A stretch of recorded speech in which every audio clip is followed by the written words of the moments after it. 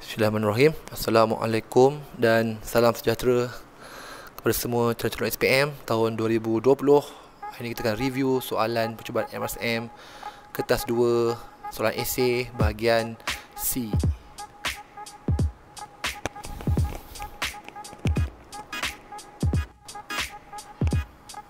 Bahagian C mempunyai 2 soalan yang akan memberikan kita markah maksimum 20 markah. So soalan yang kita perlu jawab ialah dalam masa 30 minit sahaja.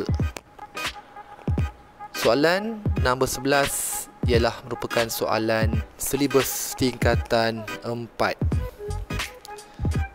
Okey, pelajar boleh memilih sama ada nak jawab soalan tingkatan 4 ataupun tingkatan 5, bergantung pada tahap pemahaman para pelajar terhadap soalan.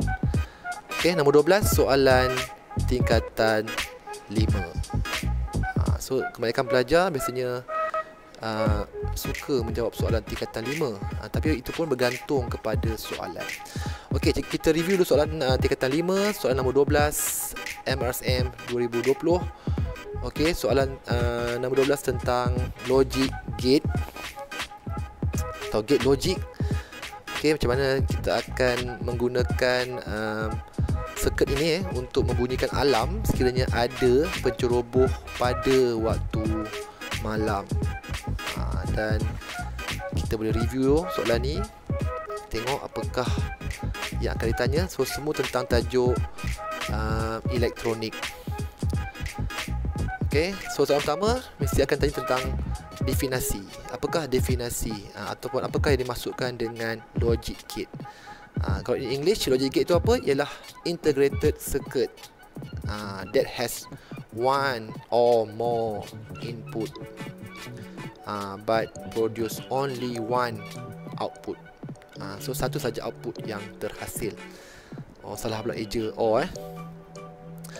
ataupun dalam bahasa Melayu, lita bersepadu yang mempunyai satu atau lebih input tetapi hanya mempunyai satu output sahaja. Sama ada dia satu, dia on ataupun dia off. Itu saja output satu saja yang akan terhasil, buka ataupun tutup. Itulah logic gate ataupun gate logic. Kemudian dia kata kita berdasarkan Raja terangkan bagaimana sistem itu berfungsi. Okey, kita boleh tengok nanti macam mana kita nak terangkan tentang sistem ini. Tadi apa untuk sebagai keselamatan sekiranya pada waktu malam ada dikesan penceroboh.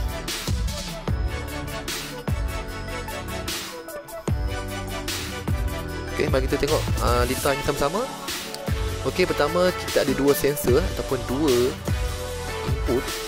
Tapi bila kita tengok sini, kita pakai gate dan ataupun AND gate. Bermakna bila AND gate dia mesti dapat input 1 dan 1. Barulah dia akan satu ataupun alarm akan berbunyi. Maka light sensor kena bagi 1 iaitu pada waktu malam, dan infrared pun kena bagi 1 iaitu bila ada penceroboh. Mana sekarang ni hanya akan berfungsi kalau ada penceroboh dan pada waktu malam. Itulah syarat bagi AND gate ni ataupun gate dan ini. Bila waktu malam dan ada penceroboh, barulah dia akan berbunyi. Maka itulah output dia 1. Okey, soalan ni ada 4 markah, mana kita kena terangkan. Kalau boleh lebih pada 4 poin pun lagi bagus. Okey, ayat pertama ialah kita boleh tulis pada waktu malam pengesan cahaya memberikan isyarat 1 ataupun input 1 sekiranya waktu malam. Dan sekiranya ada penceroboh, pengesan inframerah pun sama, dia akan memberikan isyarat 1 ataupun input 1. Maksudnya itulah yang kita nak, malam dan penceroboh. Maka apa jadi? Gate logic AND ataupun gate dan hanya akan berfungsi sekiranya dia menerima input yang satu ataupun satu dengan satu, ataupun malam dan juga ada pencerobong. Maka AND akan berisyarat atau output 1 sekiranya mendapat kedua-dua isyarat tadi, iaitu 1 dan 1. Maka apa jadi? Bermakna output 1 bermaksud penggera akan berfungsi. Itulah yang kita boleh terangkan tentang sistem keselamatan ini. Sekiranya silap pula.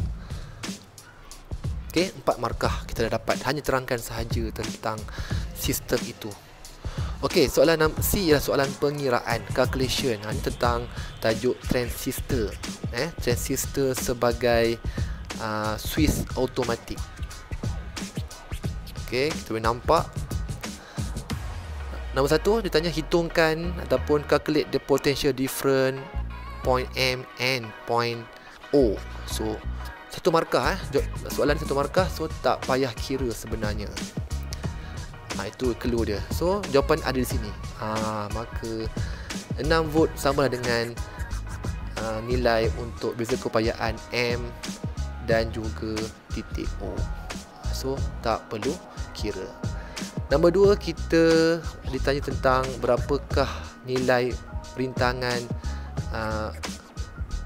bagi perintang perkecahaya, iaitu di bawah tu ataupun LDR. Berapakah R pada LDR? Kita diberi arus iaitu 0.002 ampere. Okey, bermakna kita boleh guna formula ni iaitu kita guna formula V2 equal to R2 bagi dengan R1 tambah R2 darab V total. Ini cikgu lukis balik semula. Okey, kita ada 2 tadi, R1 di atas, di bawah tu lah LDR, pun ada R. So kita anggap V1 di atas, V2 di bawah, maka R1 di atas, R2 di bawah. Okey, cikgu anggap sekarang ni LDR tu ialah R kedua. Okey, pertama kita boleh cari dulu berapa V pada V1, iaitu V equal to IR. So I dah diberi, R pun dah diberi. So kita akan dapat V1 iaitu 2 volt. Maka jumlah tadi ialah 6 volt. Atas dah ambil 2, maka baki tinggal ialah 4 volt. Itulah nilai V2 iaitu 4 volt. Maka kita boleh gunakan terus formula tadi. V2 equal to R2 per R1 tambah R2 darab VT, V total So V2 4, R2 tak tahu lagi, R1 10 kilo ohm tambah R2 pun tak tahu, darab dengan V penuh iaitu 6 volt. Maka kita boleh naikkan ke atas. Dia jadi 40 tambah 4R2 sama dengan 6R2. Maka 40 sama dengan 6R2 tolak 4R2, kita akan dapat 2R2 sama dengan 40, maka R2 sama dengan 20 20 apa? 20 kilo ohm. Tengok pada unit resistor yang pertama tadi. Dan jangan tak buat unit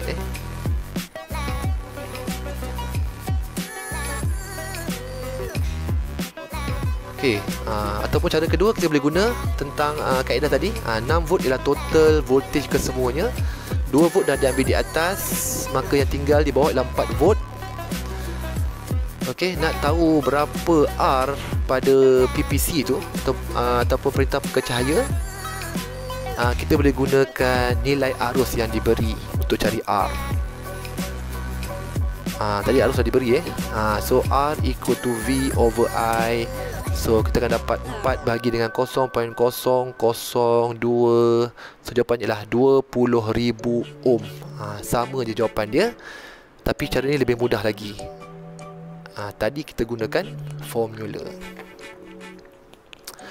Okey, soalan ketiga, dia tanya kita calculate the potential difference across LDR.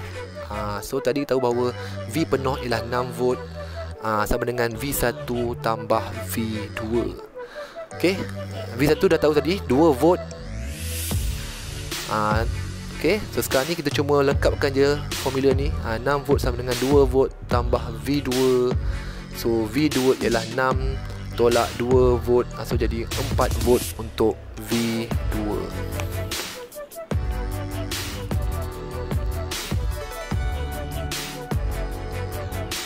Okey, seterusnya soalan terakhir. Soalan kita kena buat keputusan manakah material yang bagus. Kali ni kita diberi satu struktur atom bagi semikonduktor yang asli, yang tulen, yang belum ada lagi bahan asing.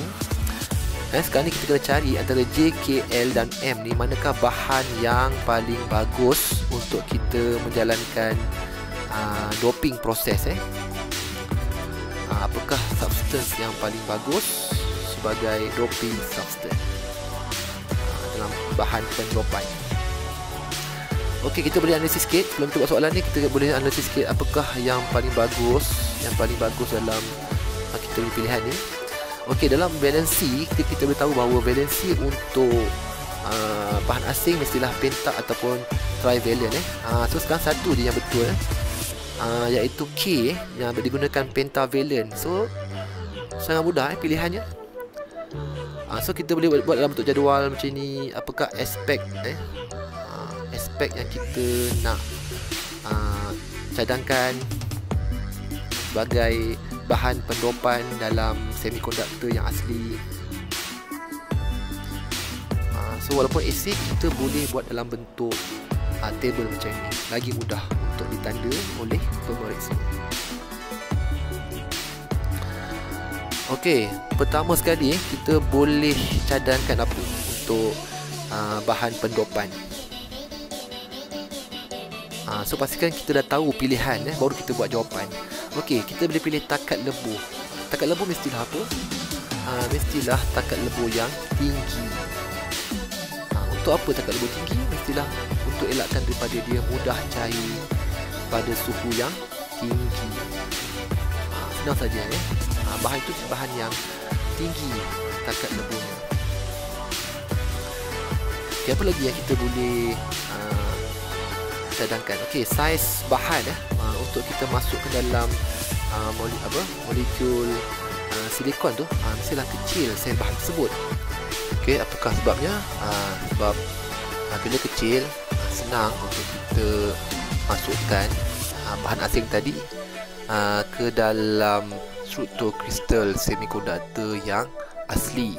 Kalau besar mungkin ada sikit masalah. Kemudian valensi bahan pendoban, elektron terluar mempunyai 5 elektron di luar, kerana ini boleh menghasilkan semikonduktor jenis N, ataupun to produce N-type semikonduktor. Kemudian ketepatan biasanya kita akan ambil rendah supaya dia akan menjadi lebih ringan. Maka ini semua kita boleh letakkan dalam bentuk jadual supaya mudah untuk pemeriksa menanda jawapan kita, dan pastikan jawapan kita kemas dan mudah dibaca. Okey, dan seterusnya kita boleh tengok apakah bahan yang paling terbaik untuk kita pilih. Semestinya kita akan pilih bahan K. So ramai pelajar yang tertinggal untuk pilih ni, sebab dia mempunyai semua ciri-ciri yang kita nak tadi. Kenapa kita sayang saja takat lebuh yang tinggi, kerana ia mempunyai saiz bahan yang kecil. Valensi bahan pendoban adalah pentavalent, dan juga ia juga mempunyai ketepatan yang rendah. Maka cukup semua yang diperlukan oleh pemeriksa untuk beri kita 10 markah. Kalau kita boleh buat macam ni, insya-Allah kita boleh dapat markah penuh untuk bahagian ini. Senang saja. Tapi pastikan kita kena draft dulu, ataupun kita pilih dulu bahan apa yang paling bagus, barulah kita buat jawapan dalam bentuk jadual ini.